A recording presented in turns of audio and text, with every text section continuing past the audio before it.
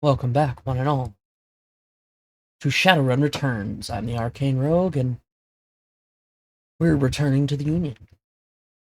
Despite Coyote's clear desire to stand on her own 2 feet, and that auto-advanced. I don't like that.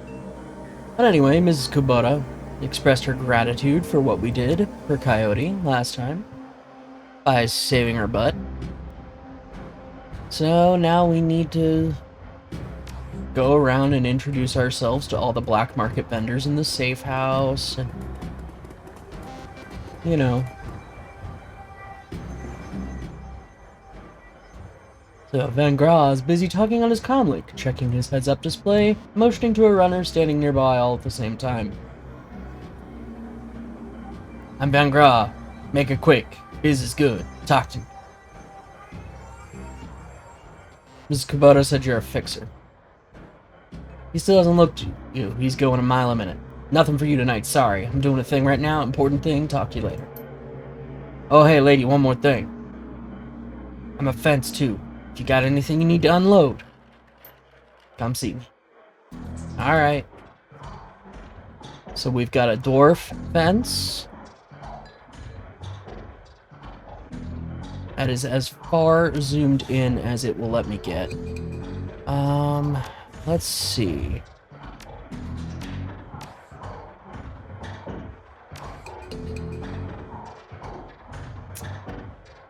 Nope. And there is no, like, game options. I guess this is as close as it gets. Camera edge pan.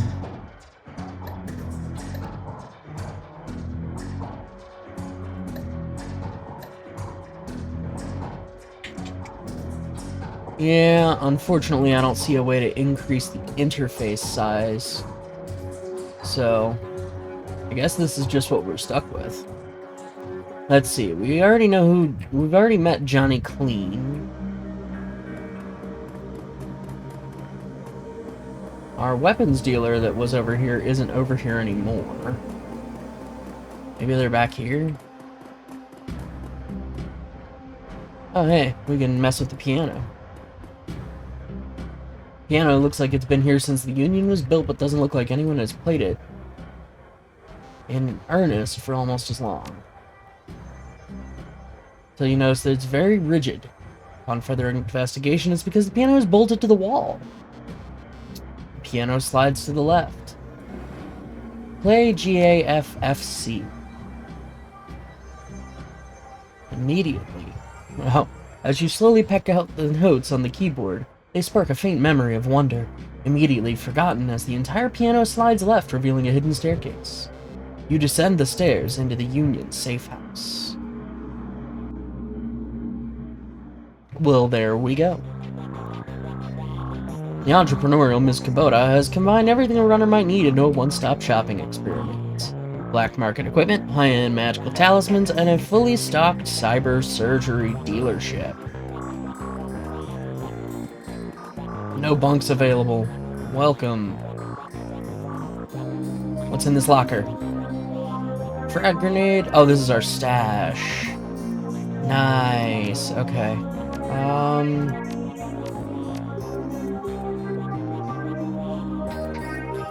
Increases quickness +2 and AP +1 for 5 rounds. You know, that might help us get out of a pinch. Alright, so that's our stash. This is the cyber dock. Make it quick, I need to operate. There's Coyote. Looked like you could use a hand. Ouch, bad joke right now. Was it though? Was it? Okay, folks, I'm gonna have to ask you to go sit in the waiting area, watch some Tri-Vid or something. This young lady and I have work to do. Take it easy, Coyote. We'll be here when you wake up. Just give me something to bite on. Whew! You're a tough kid, but you're not that tough. Okay, Coyote, let's take a look at your face. Leave it. Excuse me? Coyote. I earned this face by being stupid. I'm gonna keep it. End of story. Whatever you say, kid. Nighty night.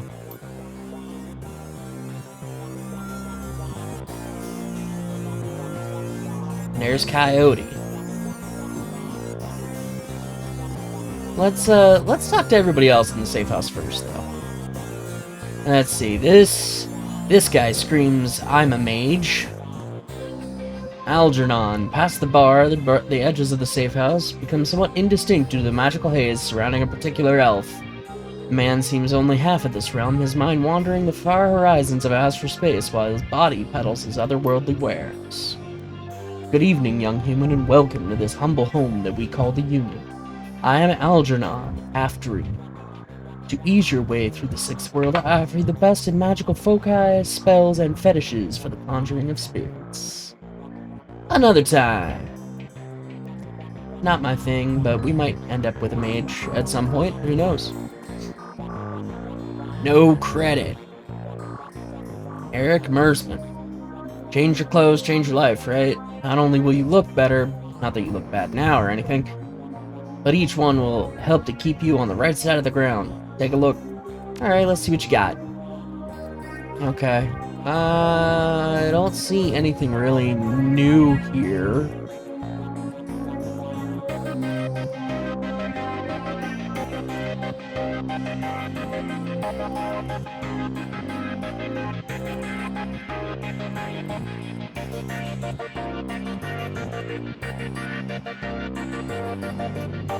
Yeah, I don't think I'm gonna buy anything from him just yet.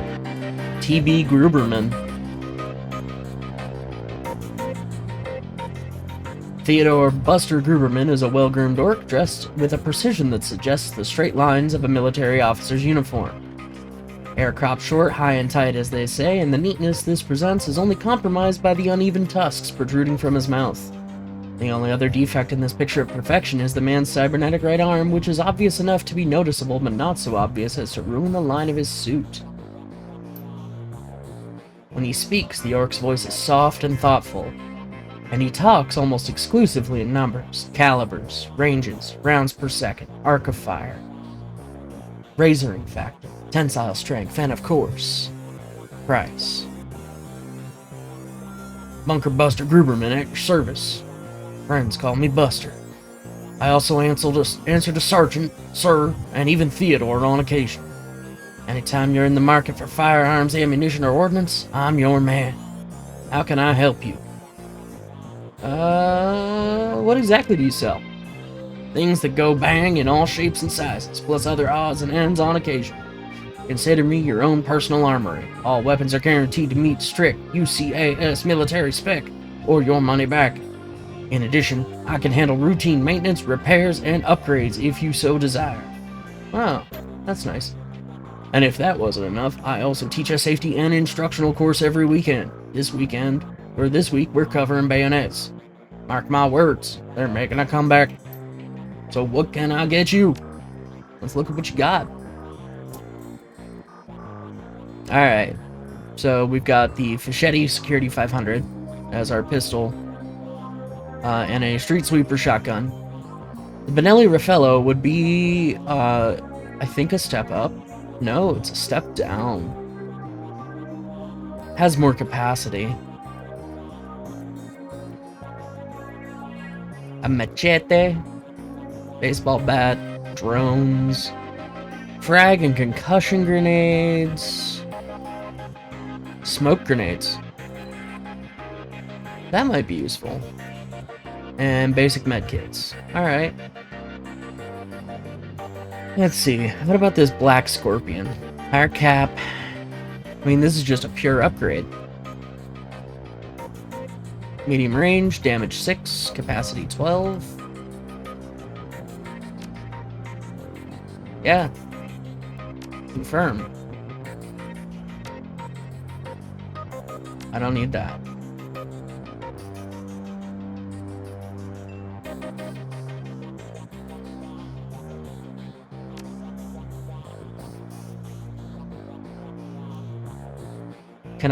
Can I not sell him? I guess I would have to take that to the fence, huh? David Freites II. Every inch of the tech alcove is covered in a chaotic patchwork of circuit boards, chips, wires, displays, and a million other things that you can't identify. In the eye of this techno-bit storm stands a dwarf immaculately dressed and supremely calm. I know that look. Don't let the size of the shop fool you. I can get any Matrix hardware or software that exists, and if that don't exist, then I can get it made for you. Any questions I can answer or any gear you need. Nope. See you later. Oh, I'm being rude. Let me also introduce you to our resident decker and my good friend, Johnny Clean. While in the same overalls that you saw him in upstairs, down here, leaning over a workbench crammed with circuit boards, cables, and chips, Johnny Clean seems a different person. Get the impression that Johnny was once as hot and as invisible as the most infamous deckers today. Good to see you down here. Happy to be of help if I can be. Why are you dressed as a janitor? Did I stand out upstairs? No, janitors never do. When I was younger, I had a rep for getting in and getting out of systems so cleanly that no one knew I was there. Half the Matrix runs that earned me my rep were made possible because I was able to get inside the facility posing as a janitor. That's just sort of part of me. Huh. Were you part of the Echo Mirage team? Let me take this one. Listen, I've known the guy for over a decade and he's been smart enough not to tell me. So he sure as hell is not going to tell you anything about those days. For your health and his, best to let the subject drop. Okay, see ya.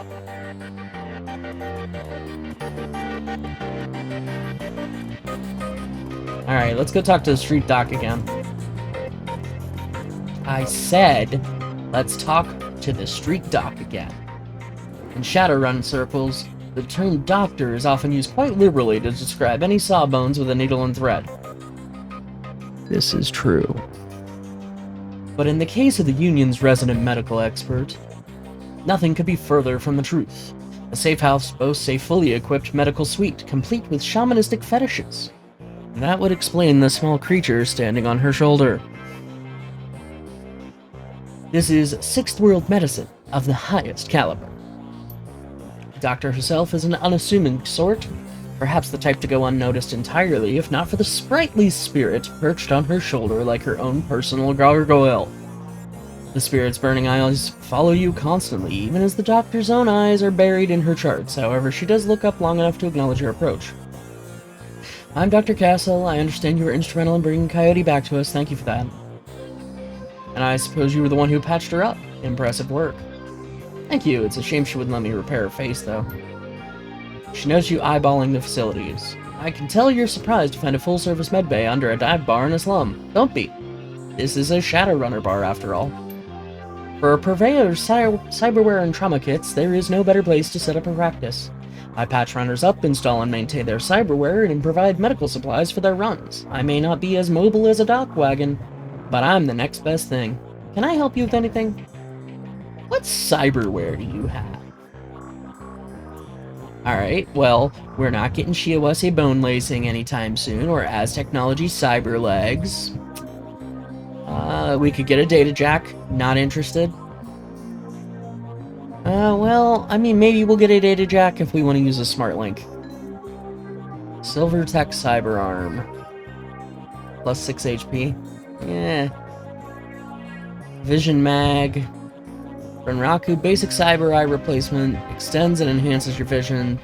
Plus 3 to hit. And then Ares Dermal Plating.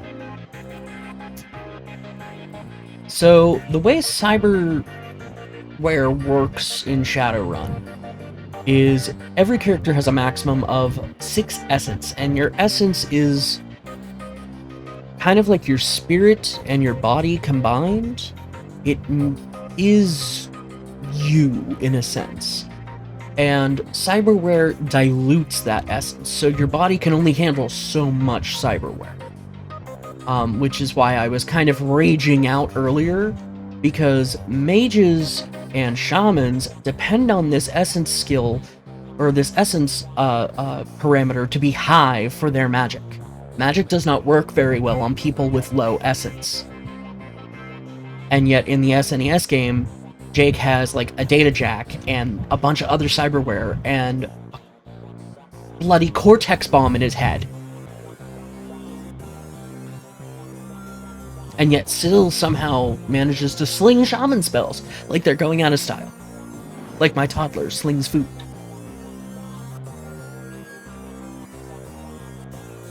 It's a compromise in the adaptation, I know, but... Nerd rage. I mean, that's far from, you know, like... There are other things about the SNES Shadowrun that bother me. What is that on your shoulder? This little guy supports the healing rituals I perform on my patients after surgery, dramatically reducing their recovery time. Not standard procedure, of course, but the results speak for themselves. Let's see your medical supplies. Okay, so we can get platinum trauma kits, gold trauma kits, and basic trauma kits, and then some basic med kits. Alright. Good to know, good to know. She's a shaman. We don't need to worry about any of that. Alright, let's go talk to Coyote.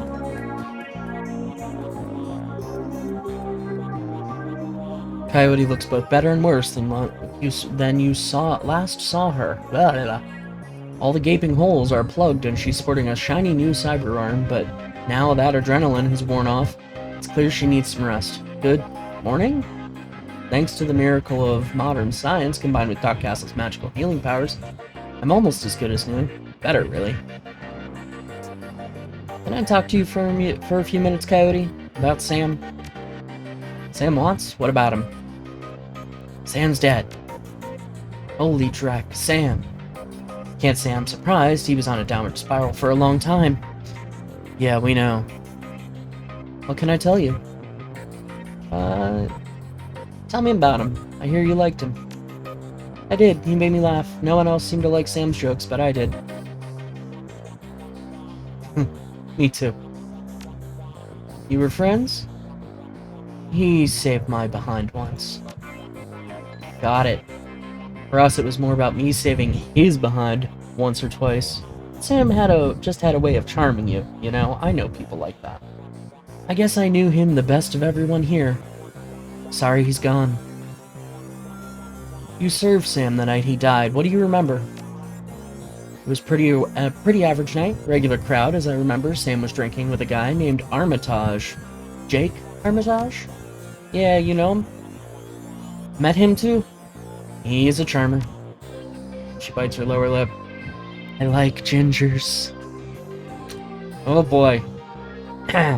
Anyway, Jake and Sam were having a few. Well, Jake was having a few. Sam was tossing him back, but good. Eventually, he got loud, the way he sometimes did when he mixed drinking and who knows what. Mrs. Kubota wanted him out. Mr. Kluwe wasn't around, can't remember why, so she asked Jake to do the honors. Jake dragged him out the back, into the alley, and that's the last time I saw him. You said he got loud. Do you remember what he was saying? Standard Sam Drac. How he grew up rich and didn't deserve this, how he hated his mother, how he loved his mother. Pretty pathetic stuff.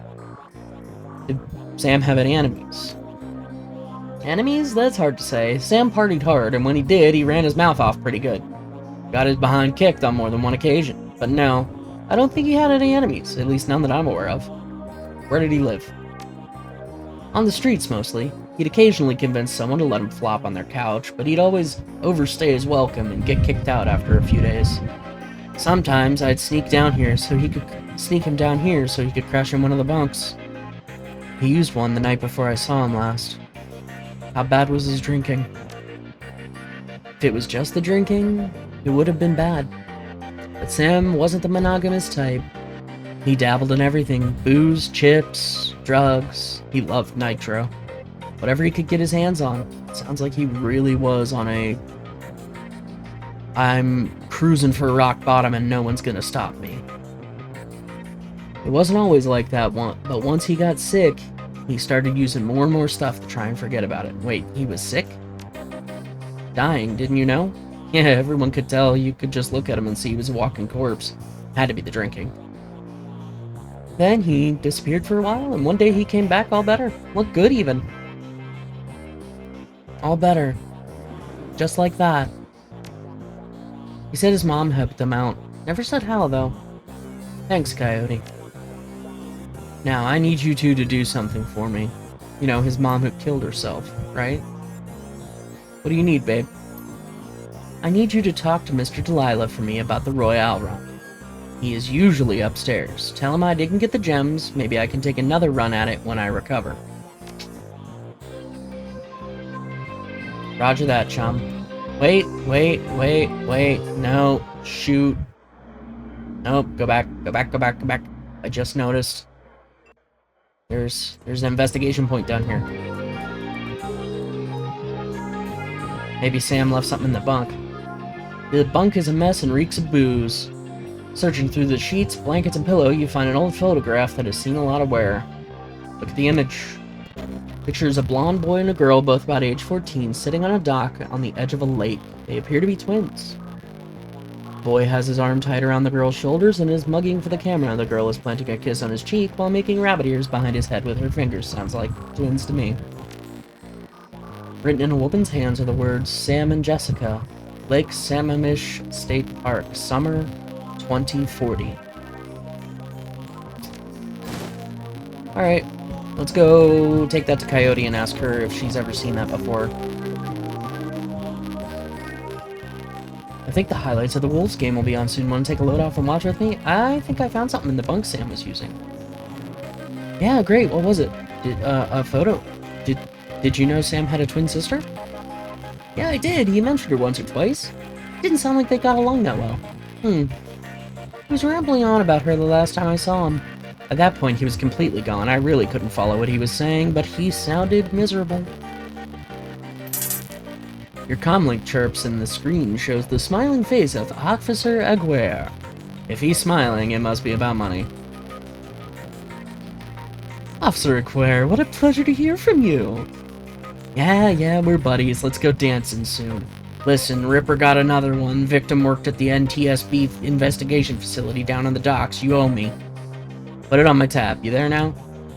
Better get here quick before Mikulski arrives. Image on your PDA dissolves as the call ends. Another Ripper murder? Where? The docks. I gotta go. Okay, listen, I want to help. You dragged me out of the Royale before something bad happened. Worse than getting my arm torn off. Sam was my friend. You head to the docks and I'll see if I can track down Sam's sister Jessica. She might be able to help us. Thanks. I appreciate it.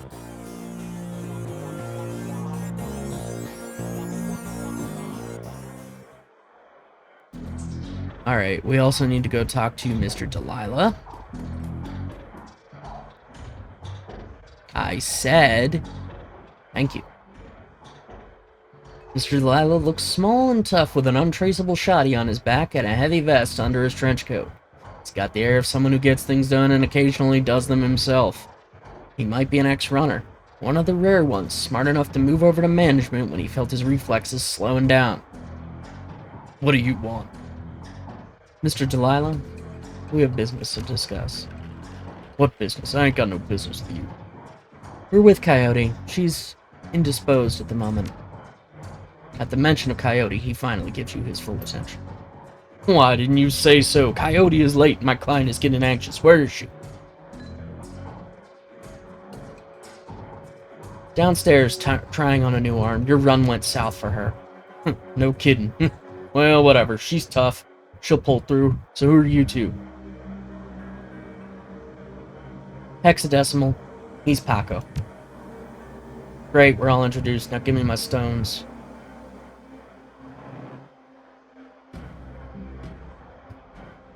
Hold back the pebble with the runes. In an instant, there's a jeweler's scope on his eye. Moving quickly through what appear to be the most valuable stones, he stops when he can't find what he's looking for. He glares at you, furious, and throws the rest of the gems in your face. It's not here. What? He exhales slowly and wags his head as he speaks. Let me explain the way the world works to you. I hire someone to do a job, and they do it. Then they get paid, and we part happy. Now, you have something I paid Coyote to get for me. That makes it mine. So you give me the pebble, and we won't make any more work for Johnny Clean.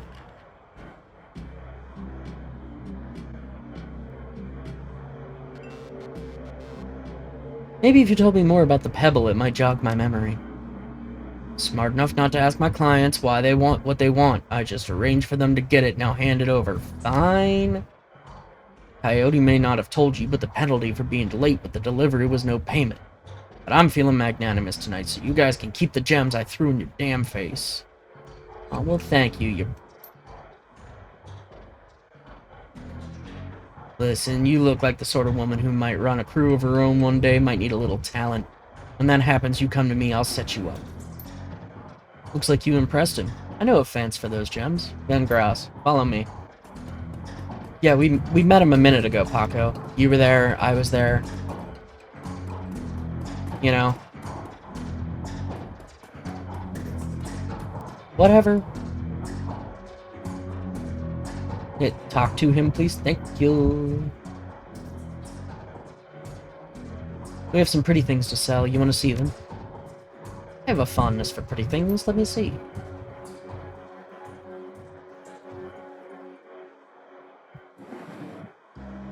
You hear the servos in Van Grass's cyber eye whir as a magnifying lens slip into position.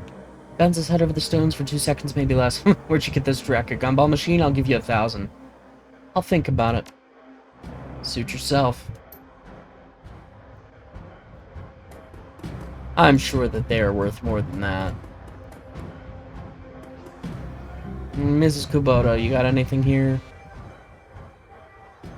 You mentioned Coyote's crusade. What is it? Coyote grew up in the Royale but managed to escape that life. However, her cousin was apparently not so lucky. He came to town about a year ago, fell in with the wrong circle, was introduced to sim chips, and became addicted to beetles. Coyote has been tearing her way through the chip houses for months now, searching for him and acting as a one-woman cleanup crew. Any Johnsons or Fixers here? In addition to Mr. Delilah, you may wish to speak to Van Gra. Okay.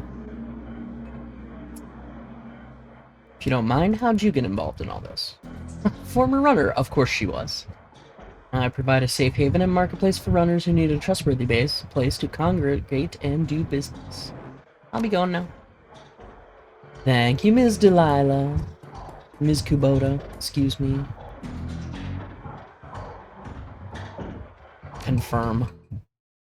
Let's go to the docks. Leaving the Seamstresses Union behind, you head to the docks. The Ripper killed Sam, and maybe he or she slipped up with his latest victim and left some useful evidence. Only one way to find out. South Seattle's your typical industrial area. Grit, grime, and gray.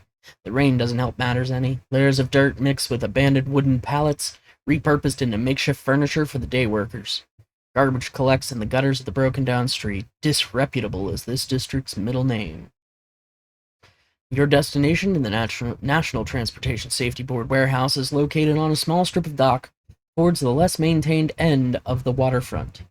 Despite the presence of those who linger in such places, it's quiet as you approach the gate.